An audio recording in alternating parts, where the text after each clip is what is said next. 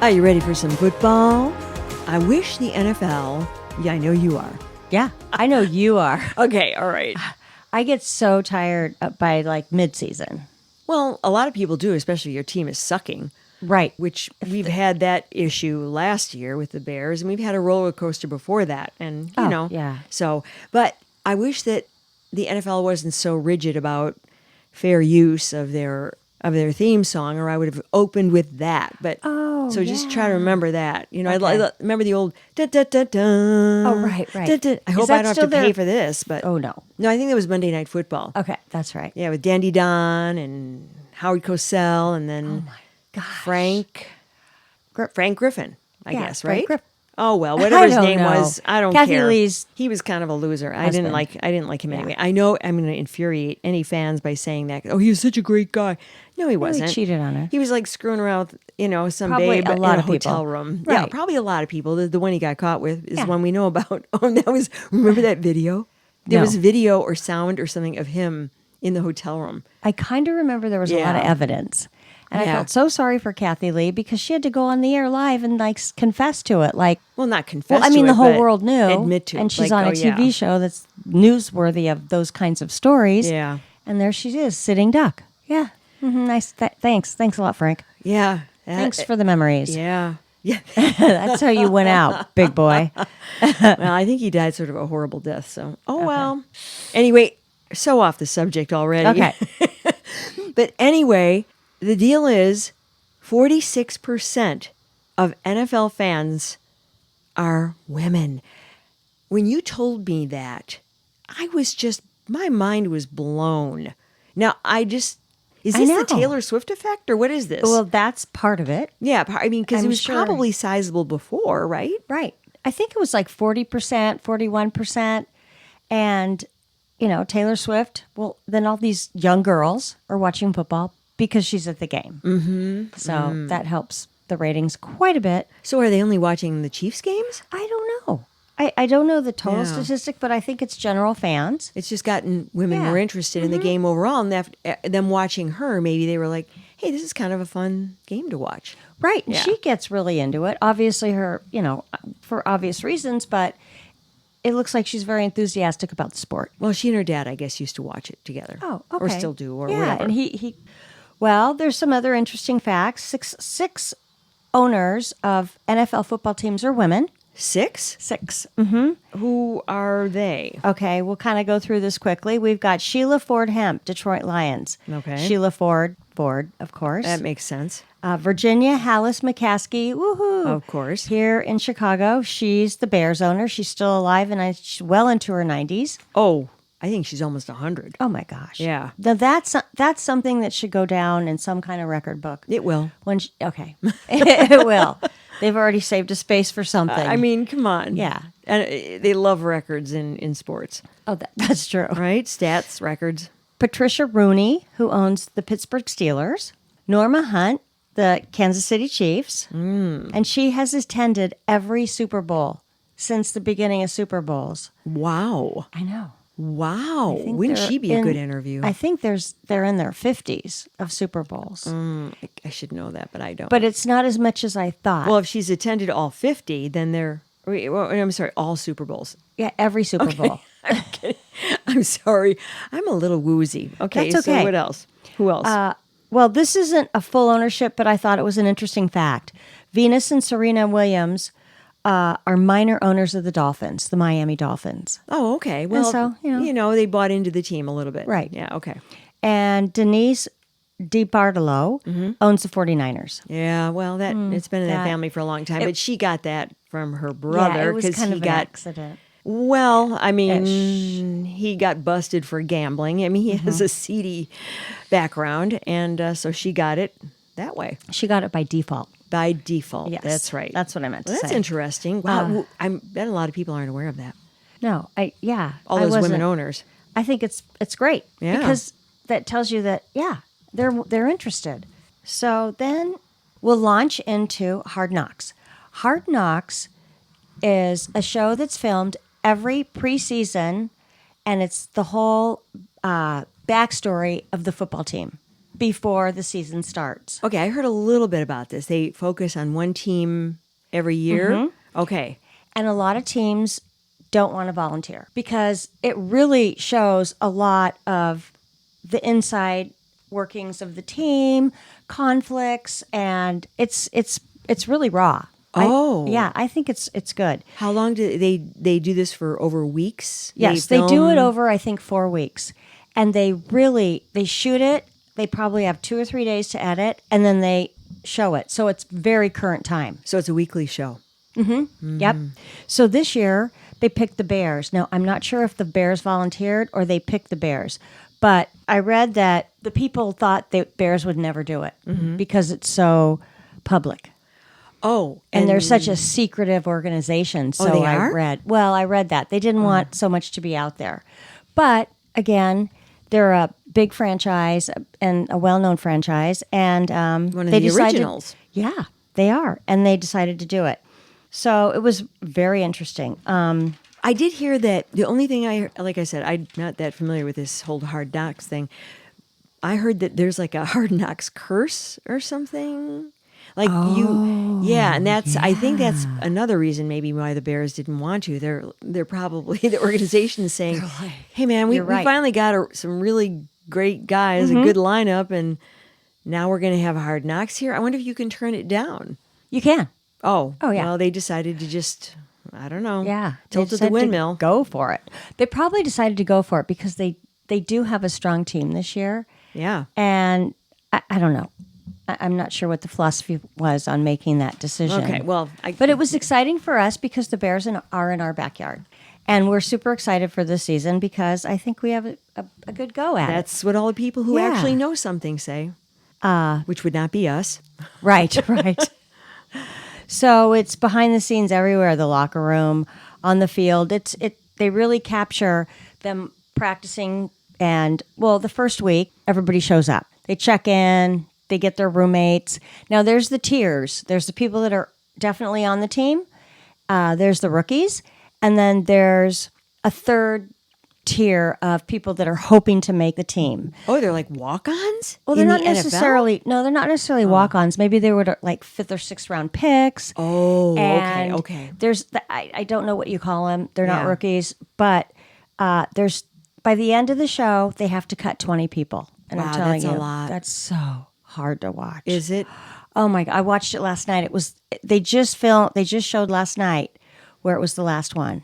And I got to watch that one. But it's fascinating. You learn the personalities of everybody. And I have to tell you, what I got from this show, and I also read a lot of recaps on the other shows, I felt like they are such a professional organization.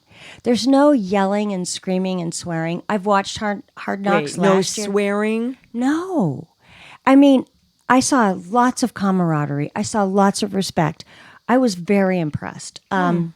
I've watched Hard Knocks before. I think last year it was the Oakland Raiders, and I watched because my husband, born and raised in Oakland, Raiders fan for life. And boy, there's a lot. That coach is intense. It was so it was very different. Very different from the Bears. Huh? Yeah. So the Oakland Raiders have always been known as a pretty rough team. I mean, Silver and Black Attack, and sure, and those freaky fans. Yeah, I know. Yeah. I remember enough about that from way back in the '80s. They've from always my husband been talk like. About it. Yeah. I almost want to say they don't play fair. Well, that was you can't really say it, but that was kind of the line on them. Yeah, a lot of dirty hits. Right. Yeah. Some interesting things I got out of it was the coach, who is Matt. Do you know who the coach is? Eberflus, yeah. Eberflus. Eberflus. Okay. He likes to give everybody nicknames, which is kind of cute. It's the beginning, and he's like, some of the nicknames he gave out: Spidey, Big Dog, Governor, Young Jedi, the Canadian Eagle, Love Bug, Herbie the Love Bug. Who is that? I don't know. Oh, that's These were funny. just some of the nicknames. And there's also an Australian player on the team. Now, is he on the team or is he in the second or third tier? No, he's on the team, and so he's really good. He's a kicker. That made sense to me. When I was asking my husband, I said, there's an Australian? They don't even have football over there. He's like, he's a kicker. Well, he probably played a lot of soccer, maybe. That's probably right. Yeah. That's interesting. Wow. Each of the coaches So there's probably 20 coaches. I lost track. There's like safety, defensive line. I mean, I couldn't even believe when they get together and it's just the coaches. I thought it was the whole team, but it was just probably 20 coaches. I couldn't count them all. They show one-on-one, them working with their teams, and then every night they'd get together and they'd discuss all the players. And then as it got, as time moved on, they had to start thinking about who's going to not make the teams. Wait, do they have conversations there where they're talking about a particular player, so that player's going to... Oh. Mm-hmm. Oh. But by the time it hits the airwaves, it's already done. Oh. But it was only like 3 or 4 days ago. Yeah. So interestingly enough, the people that get cut, they come into the office, they all have their time with the coaches, and they say, I'm really sorry, you're such a great guy. I mean, they do it so professional where they end up being friends and hugging at the end. Well, it's only the right thing to do. Right. It's nobody's yet getting mad at each other. But then... Well, they know they're on camera. That's right. I know. I wonder if it's different when the cameras aren't rolling. Interestingly enough, there's a batch of them, which I don't know how many, that they have to leave, clean out their locker, leave, go home or something. But then 24 hours later, they might get a call back for the reserve team. Oh, like if someone gets injured or... Well, they keep a certain amount of extra people. Oh. So some of them were hoping for that. The show's over. We're not going to know who comes back. But they showed a couple people driving to their hometowns and then saying, yeah, I think I'm going to be going back. Oh, so they follow up that much with the guys. Right. Oh, wow. Right. Okay. Well, probably this last group that got cut, if they made it that far, they're probably the ones most likely to be called back. Right. Or picked up by another team because they all had agents. Oh. And so they're like, I'm going to call my agent. He's going to see what's out there. I mean, it's like fast. Within 24 hours, they're on the horn trying to find another team that'll take them. Well, of course. I mean, they're out of a job, so... And then, like, the coach would say, okay, if somebody doesn't pick you up, let us know. Yeah. So those were maybe potential comebacks. Yeah. There's one player in particular that was awesome. He got cut. Mm-hmm. Adrian Colbert. He's a Did safety. you write down? Oh, He's a safety. Okay. And his mom was there the whole time. His mom was there? there? Well, no, not there, but they had games. Oh. They did play like 3 practice games against regular teams. Mm-hmm. And his mom was there the whole time at the games, and they really, they'll showcase certain people. Yeah. And you just really fell in love with this guy, and he was a sharp guy. And he got cut. Aww. And the coach... In front of his mom. The general manager actually was in tears when he told him. Oh. Yeah. And he said, this is the hardest day of my life. Oh. And he blew out his Achilles. Oh, God. He wouldn't have gotten cut. He blew out his Achilles? Isn't that awful? Well, he's not coming back. No, it was so sad. This whole season. I know. So they had to let him go. But interestingly enough, he is already made it to med school. He's pre-med, and he's going to med school. And I was just like, he's so smart. I mean, the way he talks, he's very articulate. And it was just heartwarming, but he's like, okay, Mama, I'm coming home. He called his mom. They show that. A lot of them are staying at the Forester. Oh, yeah. Near they the kept tollway. showing that. Yeah. And he's going to go back to med school. And I would love to see how this guy turns out. Well, he's probably going to turn out pretty well considering he had a plan B. He's almost like on the verge of being a motivational speaker. Well, I mean, just because of not for a profession, but he can go out and help guys that wind up like him, or, he just seemed like a model player and everything. So that was pretty cool. Well, I got emotional. I know. I mean, I wish I'd watched because that's the kind of Cinderella story you like to hear about. Right. I mean, it's not Cinderella yet, but he does have a plan B, which is just so wise. It was great. I wish I had watched that, but that's on ESPN or something, isn't it? Yeah, but we taped it. All of it? The whole thing. I'm going to come over and hang at your house. You can. Oh, I'm sorry, Holly. I'm coming over for a season. Come over. Practice squad. Okay, they could sign up for the practice squad. That's what it's called. The ones who get cut. Right. Okay. The ones who get cut. If they don't have somebody in that position. And it's interesting because they had a rap party locally in our town last Thursday night. Today is Wednesday. last night was the last episode. Okay. So that's how quick They and turned it real time around. it goes. Well, I mean, they can edit. Professionals know I what know. to do. HBO. It was HBO. Oh, it's HBO. Uh-huh. Yeah, I don't have that either. Okay. They had a party in town where they had the HBO squad and some management. Didn't you say your husband was there? Harper, my son. Or your son. He was Yeah. at Duffer's, the pub, Where they were having the party. By accident, he was there. Did he get to observe the taping while No. they were videoing? No. Oh, okay. No. They just had a wrap party. They were Yeah, done. They weren't videoing that? No. It was over. Oh, okay. It was like, yay, we're done. I guarantee you some patrons were taping that. Oh, I'm sure they Or, were. not taping it, but Well, word got around town fast because my son knew a couple bartenders that worked there, and they were like, "Oh, look who's here!" But they had a private room, and they were kind of doing their own thing. Oh, okay.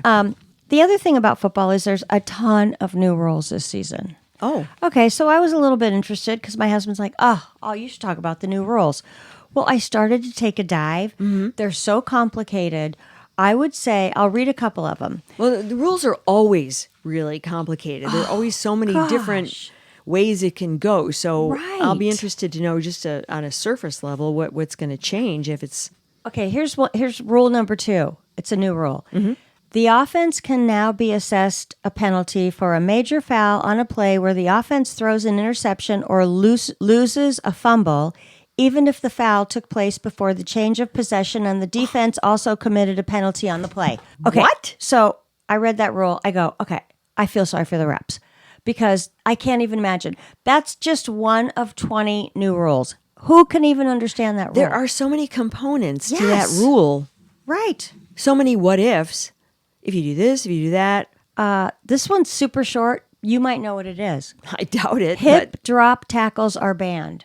Well, it sounds like something that they're trying to You can't grab the hips? hit. Wait, hip or hit? Hip. Oh, hip. Oh, if you go for their hips, like maybe you butt your head in their hip. Okay. Maybe. So these poor refs are like, oh, But wait, where are you supposed to hit them? I don't know. Or grab them. I don't. Hip drop tackle. I don't know that. I'm not great with the rules. I'm a great cheerleader and very enthusiastic, and I throw a great football party. And This would be fun to bring to your football party and go, oh, here's all the new rules. I expect everybody to learn them, and then we're going to discuss them. you know what's going to happen Like at to me? halftime. They're going to lock me out of my own house. Yeah, they'll be like, what? Yeah. Okay, so replay can now be used to determine whether the game clock expired before the ball was snapped. But that's not complicated. Okay, that's that's easy. interesting. Okay, this is the one. Actually, that's kind of big though. Say that. Read that one again. Replay can now be used to determine whether the game clock expired before the ball was snapped. I think that's a good one.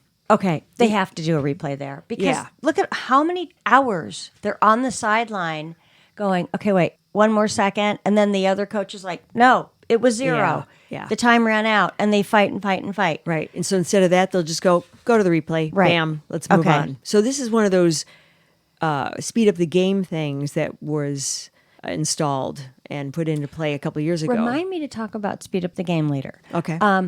Okay, this is an interesting one, which changes how the kickoff is received. Kickoff rules have changed to a low impact kick. I don't even know what that means. Okay. You know how when they do kickoff, and there's a percentage, I'm going to say 70%, it's a high percentage of times when the receiver on the receiving team gets the ball and just does a down. Mm-hmm. Can't do that. What? They want more playing time. They want them to run the ball.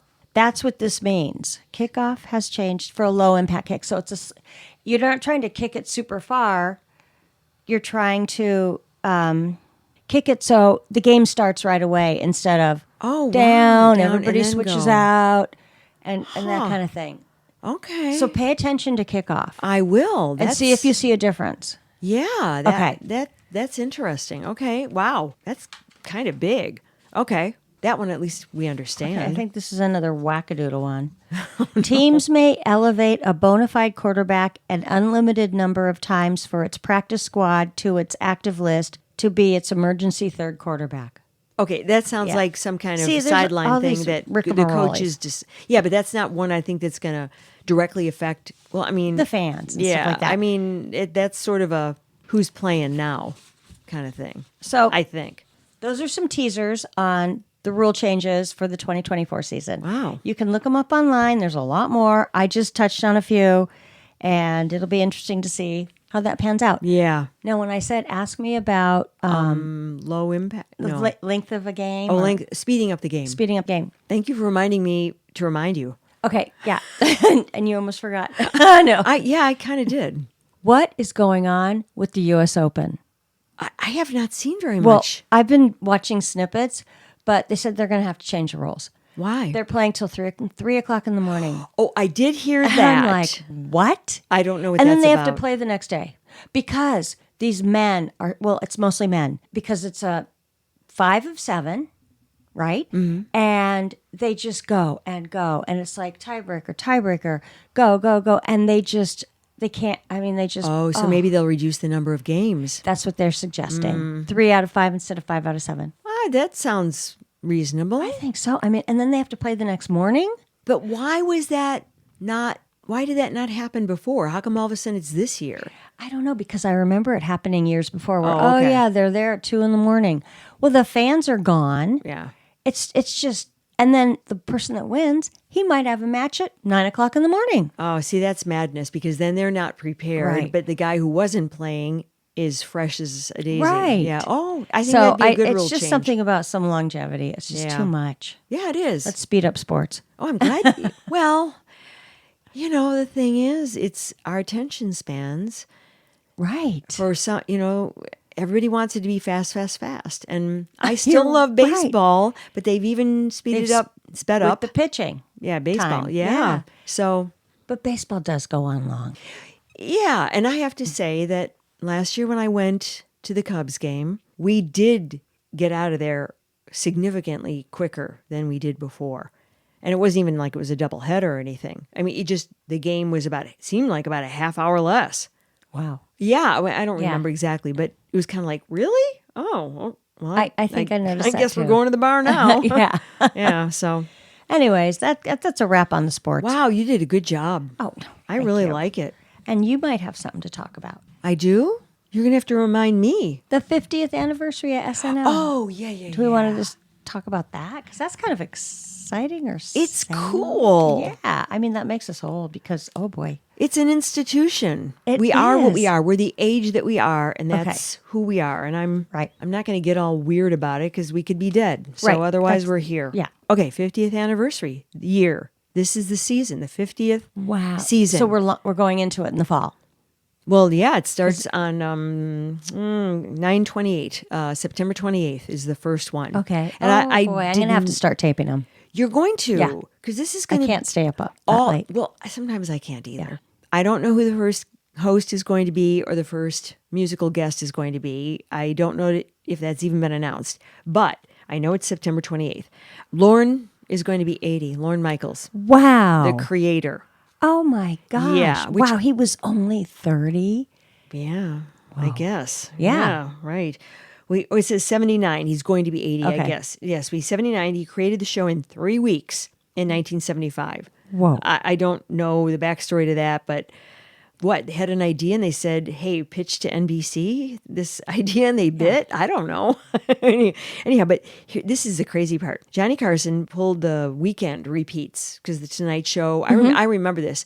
He used to have repeats on the weekend. Oh, okay. And I then don't remember that. Okay. Well, I just kind of do because my dad always, watched. And what he wanted instead was nights off during the week. Okay. Oh, okay. So he said, no, let's do a repeat like on a Friday. So a lot of Johnny Carson's Friday shows were repeats, which opened up Saturday for another show, which was, of course, Johnny Carson was on NBC. So that's how they got their slot. Wait, Johnny Carson, his show aired 6 nights a week? No, yes. The repeat was Oh, on the repeat. Saturday. And Okay. then he said, no, put my repeat, so I only have to work 4 nights a week. Okay. Like okay. on a Friday. I think Yeah. the repeats were like on Friday, which makes sense. Yeah. So Michaels was there except for 5 years, 1980 to 1985. And I don't remember the tawdry backstory of why he left, and then somebody else came in and it didn't work out. I think some NBC exec, like a creative director or something came in. His name we would probably recognize, but I don't remember. But then he's came back and he saved the show because it was going downhill. I still think there were some really good people on when that happened, and I don't remember what the cast was from 80 to 85. But anyway, SNL has won more Emmys, 98 of them, than any other show. Of course, if you're on for all 49 years, I guess Right. So that's almost 2 Emmys a year. Yeah, I mean, or an Emmy and a half. Who know? And well, whatever. Or maybe some years they got tons, and who knows? But that's a lot. That is. It's spun off 12 movies. Blues Brothers, Wayne's World. Oh, yeah. I mean, I'm trying to think of some of the others. I know there are other movies. Those are the two that just immediately pop in my mind. Jimmy Fallon came from there. Seth Meyers came from there. And Conan, who was a head writer, or not head writer, excuse me, he was one of the writers. Okay. 3 different talk show people. And he wasn't even on SNL. Wow. He was just helping to create the sketches. I think that's kind of neat. And guess who, maybe you already know this, they're thinking of, if he retires at the end of the season, guess who they're thinking of replacing him Okay, with? can I ask a question? Yeah. Is it a comedian? Actor? Yeah. Oh, okay. Young actor? No. Younger than us, but no. Was this person ever on Saturday Oh, Night? yeah. Oh. Chevy Chase? No. Okay, wow. I'm not even going to let you keep on guessing if Okay. that is your first guess, because Okay. you do. He was only there for 1 year. Okay. Well, whoops. Chevy Chase. Okay. Yeah. Dan Aykroyd? No. Okay. I don't know. Tina Fey. Yay! Well, I mean, she created 30 Rock. Oh my God. And she's produced movies. That is the perfect person. It really is. Okay, I was thinking of a man for some reason. Well, Seth Meyers, that his name is also kind of bandied about a bit too. Okay. I think it'll be Tina Fey. Oh, Tina, I think she'd be great. She'd be great. I mean, Seth Meyers is really smart, but I don't know if he's produced things. I mean, the fact Maybe that, he could be part of the team. Oh, that's yeah. But the fact that she actually created a very successful series, that kind of goes in her favor. Anyway, a couple other things I wanted to just point out about that. Most years as a cast member, Kenan Thompson, I love him. Hey, he's still on? 21 seasons. Wow. Yeah. Oh He's still, my he's God. coming back. I mean, who's going to leave in the 50th year he unless you is get so let go? funny. I know, I love him. him. Daryl Hammond, because he does the voiceover and he's done a lot of characters. 14, and Seth Meyers, 13. I didn't realize Seth Meyers was on that for that long. He's a blur in my mind on the show. Well, he did Weekend Update a little bit, I think. Oh, okay. But he was you're also a right. writer. Oh, okay. Yeah, he didn't do a lot of the sketches. That wasn't his strong suit. Okay. So most times hosting, that'll be easy. Alec Baldwin. Oh. Yeah. Steve Martin, 16. Alec Baldwin, 17. And then John Goodman. He's done a lot of them, too. Mm-hmm. Okay, and all the catchphrases. Do you think about the catchphrases that you... Okay, well, my favorite, more cowbell. More cowbell? Wow, you don't really watch it, do you? No. I watched it during the Chris Farley years. I remember that. Yeah. I Down remember. by the river. Oh, yeah, right. That's right. That's one of my favorites. Went in a car down by the river. Right.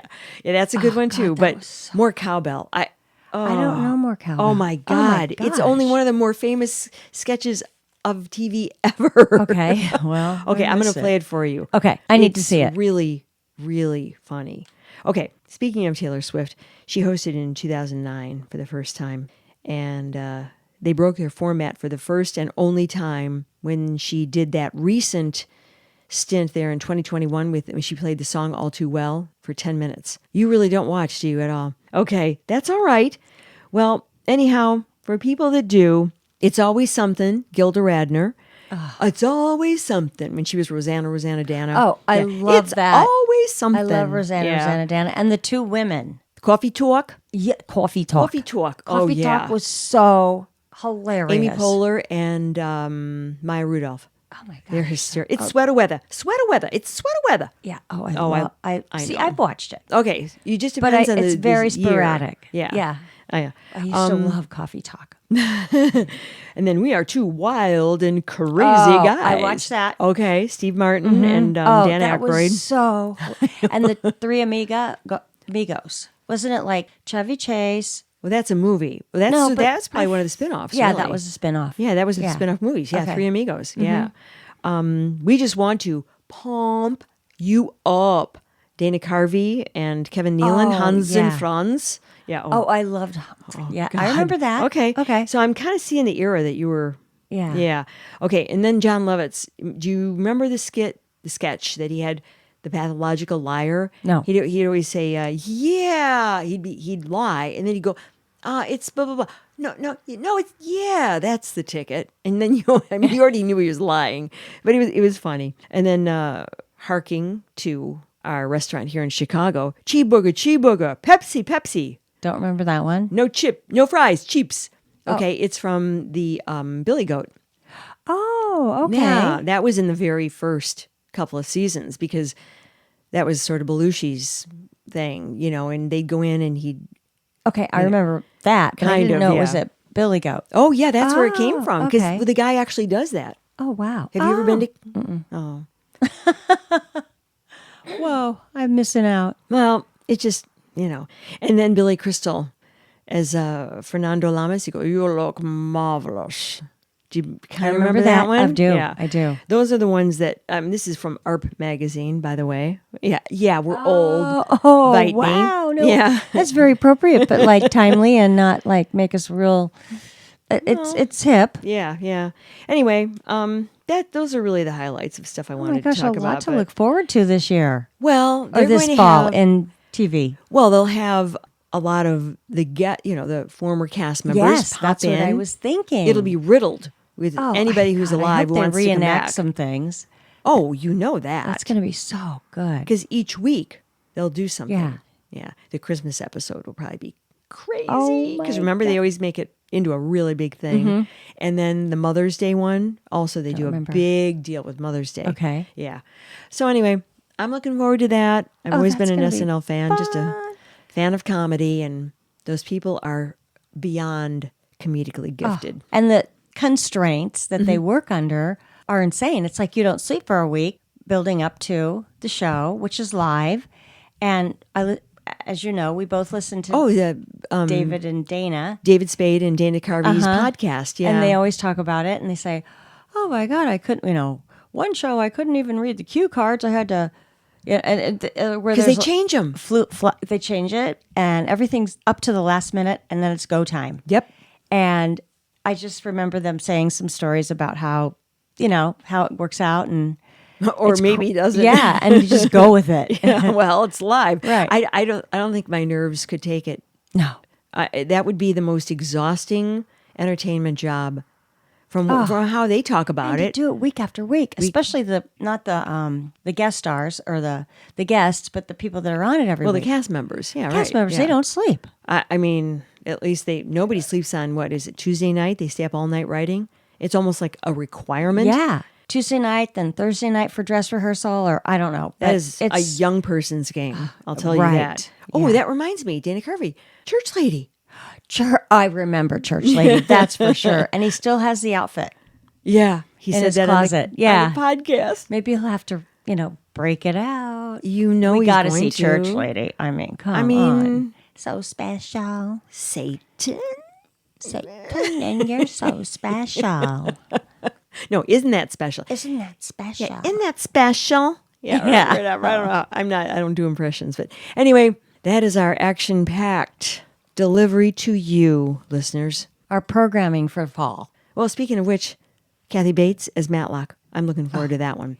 And the Golden Bachelorette. And the Golden Bachelorette, which we will be covering every week. And we are going to rip these guys to shreds. This is back-to-back. Two men who have really not shown up.